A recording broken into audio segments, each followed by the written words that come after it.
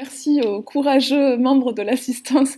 Mention particulière quand même à Robin qui est notre seul membre extérieur. Mais merci aussi à Gwen, Tony Ray et Stéphanie Desfossés et Isabelle Mermet d'être venus pour cette... En fait, c'est pas forcément nécessaire et j'ai peur que ça crée des larcènes. Donc on est... Ouais, est-ce que... Et surtout, donc, un grand merci à Fanny Benitez et à Nancy de Richemont d'avoir... à Nancy d'abord, parce que bien entendu, c'est la cheville ouvrière de ce... et plus que ça, de Poste et de ce séminaire. Et à Fanny Benitez qui a bravé les miasmes du rhume pour venir partager... qui nous place dans une situation de crise d'emblée. Donc, non, c'est pas... Écoutez, c'est pas inintéressant qu'on soit dans un petit comité finalement, parce que ce séminaire va pouvoir devenir un véritable séminaire de travail. Finalement, on rentre au cœur des ambitions du projet Poste aujourd'hui. En fait, donc, pour rappel, et même si désormais cette litanie vous est familière, le but de notre projet, donc soutenu par la MSH, c'est de faire deux paris, de considérer que on peut prendre pour objet les sorties de guerre sous l'angle des politiques des ressources naturelles qui y sont menées et que ça peut nous donner des gains de connaissances que les travaux sur les politiques des sorties de conflits, les politiques de résolution de conflits ne permettent pas d'obtenir. Et puis le deuxième pari fait par Poste, et c'est vraiment le pari qui est au cœur d'aujourd'hui, c'est de dire qu'on a aussi beaucoup à apprendre du croisement des regards entre les spécialistes de la sortie de guerre et les spécialistes de la sortie de crise naturelle ou de catastrophe. On verra justement comment on stabilise nos catégories d'analyse. Et ce que je voulais faire dans cette introduction générale, avant de passer la parole à Nancy pour l'introduction de la matinée, c'était de préciser un petit peu justement comment est-ce qu'on pouvait organiser ce croisement des regards, ce dialogue entre spécialistes de la catastrophe naturelle et spécialistes de la guerre ou de la sortie de guerre.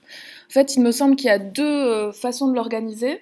Et deux axes qu'on va peut-être réussir à tenir dans la journée.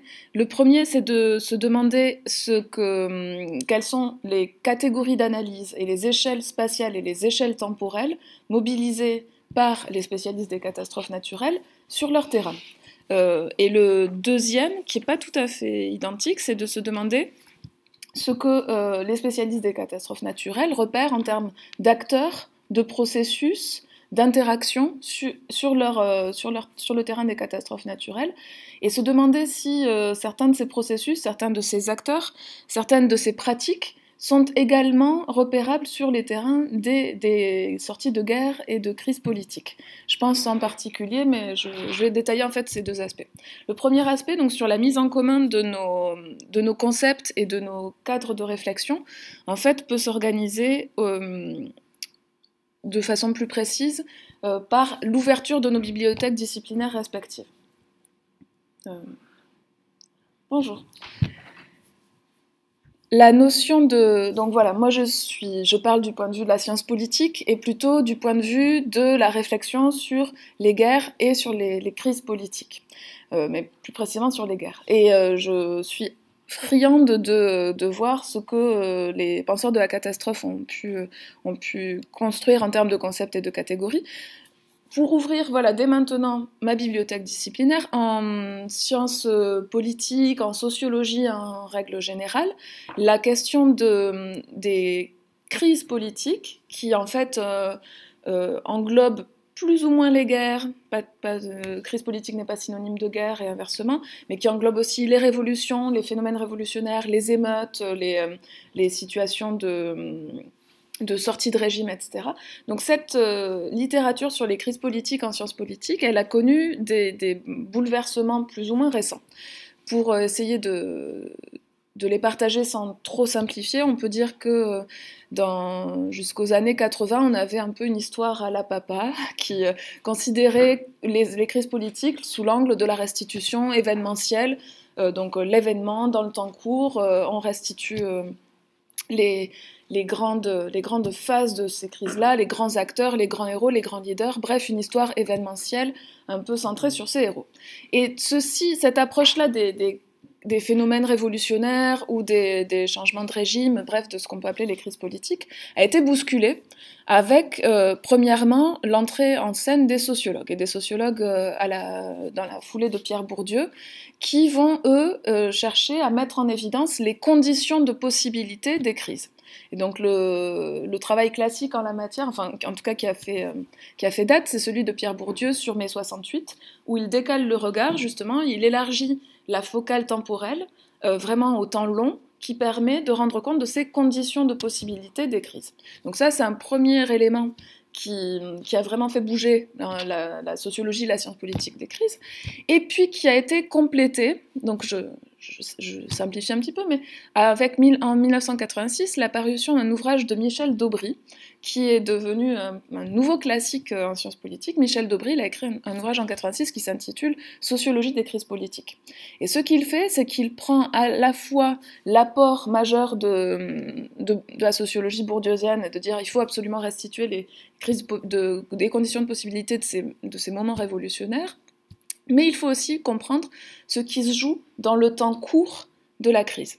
Et dans ce temps court, nous dit-il, ce qu'on observe, c'est des conjonctures fluides. Donc cette notion de conjoncture fluide, on la doit à Daubry en 86, et c'est une façon de dire qu'il faut prendre à la fois les pesanteurs du social, donc le fait que dans le temps long, effectivement, se sont construites dans nos sociétés des secteurs, des champs sociaux, le champ religieux, le champ politique, le champ social relativement différencié, des institutions, l'État, justement, le clergé, l'école, un ensemble de champs, d'institutions, de hiérarchie sociale stabilisées, mais qu'en même temps, dans le temps court de la crise, il peut se jouer des phénomènes de fluidification du social, donc de cet ordre social différencié, et c'est ce qu'il appelle, alors c'est un peu jargonnant, mais la désectorisation. Donc le fait que les secteurs sociaux peuvent se retrouver, déjà se rencontrer, et en venir à partager des formes de normes et de pratiques. J'essaie juste de donner son exemple à lui aussi, c'est mai 68. Il nous dit en mai 68, on voit comment le champ estudiantin, le champ universitaire, va rencontrer les logiques, les acteurs du champ du travail, donc le monde des ouvriers, et que cette désectorisation des luttes, donc qui se trouvent plus cantonnées ni au champ estudiantin seulement, ni au champ ouvrier seulement, vont être des facteurs d'une grande incertitude dans le temps court de cette crise, incertitude qui va permettre en fait d'innover, enfin, à certains acteurs de jouer des coups qu'ils n'auraient pas pu jouer donc, dans le champ estudiantin seulement, ou inversement dans le champ ouvrier seulement. Donc je sais que c'est un peu, je pense qu'on peut spécifier toutes ces réflexions-là sur nos terrains respectifs, mais l'idée désormais qui s'impose quand on aborde les crises politiques, c'est qu'il faut à la fois tenir ces conditions de possibilité, mais aussi les éléments très très improbables, donc à la fois les conditions de possibilité et les phénomènes très improbables qui peuvent se jouer dans le temps court de la crise, parce que justement se rencontrent des secteurs qui jusqu'alors communiquaient peu, et ce qui permet de jouer des coups, d'inverser des rapports de force de façon improbable. Et d'ailleurs, actuellement, enfin, je ne vous cache pas que la science politique est toute émoustillée avec le phénomène des gilets jaunes, dont on se demande si on a à l'œuvre des formes de désectorisation, justement, si certaines institutions considérées comme stables, et surtout si certaines formes de légitimité s'effondrent rapidement. Donc là, on peut légitimité de l'institution présidentielle, s'il y a des formes d'effondrement rapide de la légitimité sous l'effet à la fois de ces conditions de possibilité de temps long, mais surtout sous l'effet de cette fluidité des moments critiques, donc des moments de crise.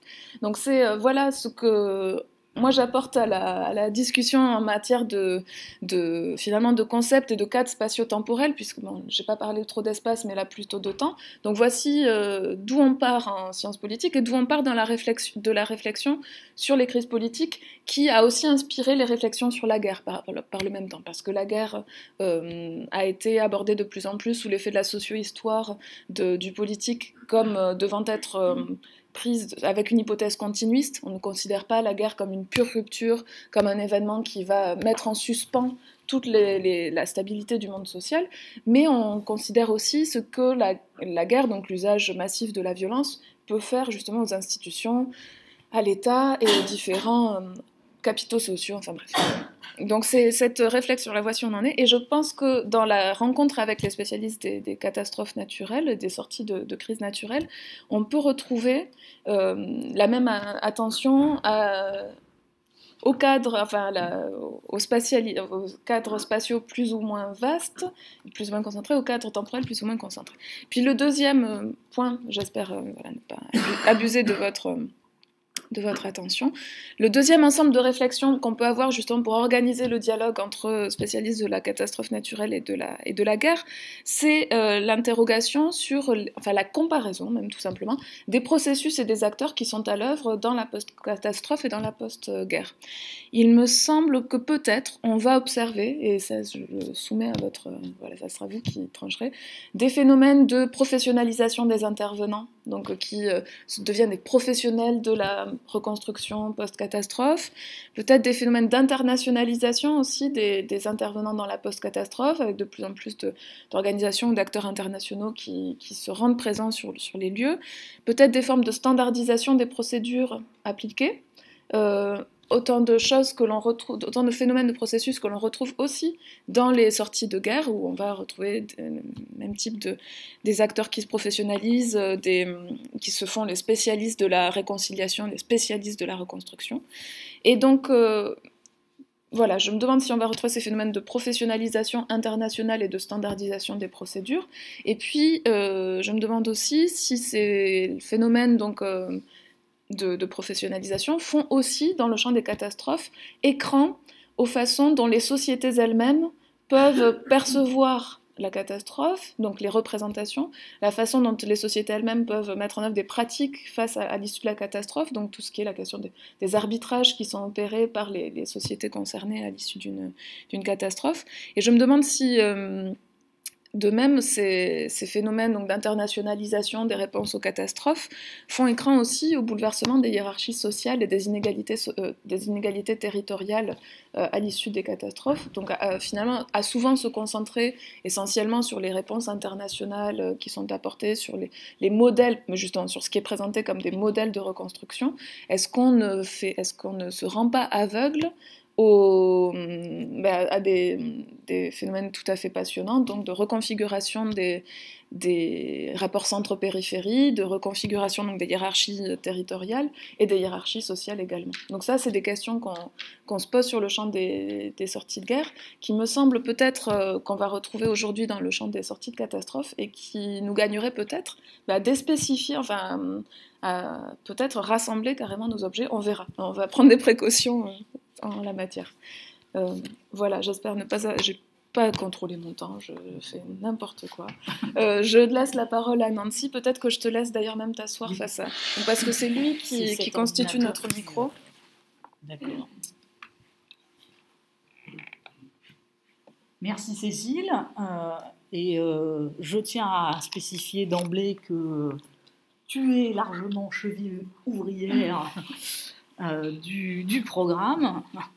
Et qu'effectivement, c'est très intéressant au fil de l'évolution de ce programme POST de voir comment progresse la compréhension d'un certain nombre de notions. Et du coup, c'est aussi un format qui sera enrichissant, je pense, pour l'échange. Alors, je vais prendre juste quelques mots pour introduire la matinée, puisque donc, je vais présenter une communication sur la post-catastrophe, grandes inondations 1940-1942 en Roussillon.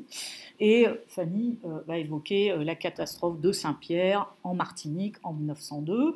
Et l'objectif sur ces deux cas français, c'est d'avoir à la fois un élément d'unité, mais aussi, surtout, un certain nombre d'éléments de diversité, puisque ce ne sont pas du tout les mêmes territoires qui sont concernés. On aura la métropole et l'outre-mer, ce ne sont pas non plus les mêmes époques, et ça n'est pas non plus la même approche, les mêmes aléas en jeu, même si on verra que l'aléa n'est pas forcément le plus déterminant, puisqu'on prendra plus comme angle d'attaque les dégâts et la façon dont la catastrophe peut faire sens ou pas pour les sociétés qui la subissent. Mais on a effectivement d'un côté des inondations dans un contexte méditerranéen, dans l'autre cas des éruptions volcaniques, une éruption volcanique cataclysmale qui a marqué les esprits bien au-delà de l'île qui a été concernée.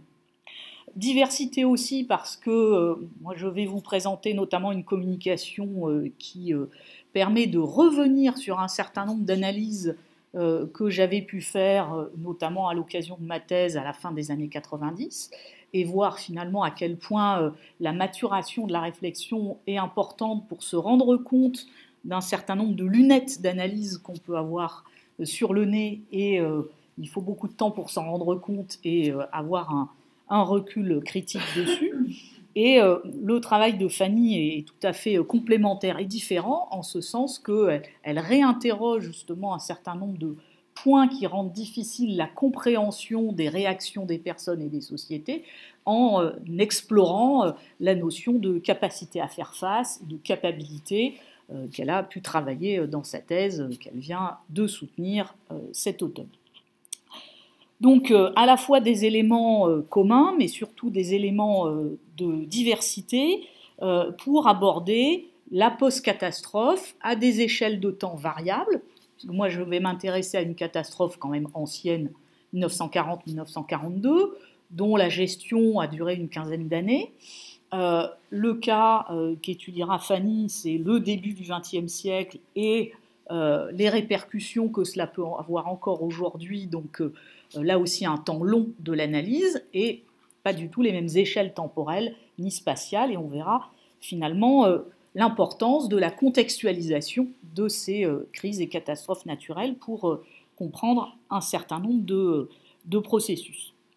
Et l'intérêt aussi, c'est sur ces exemples français d'avoir un certain nombre d'éléments pour planter le décor finalement depuis là où nous parlons, la situation française, de manière à avoir aussi des éléments de comparaison par rapport à cet après-midi qui abordera des situations asiatiques, elles aussi assez diversifiées.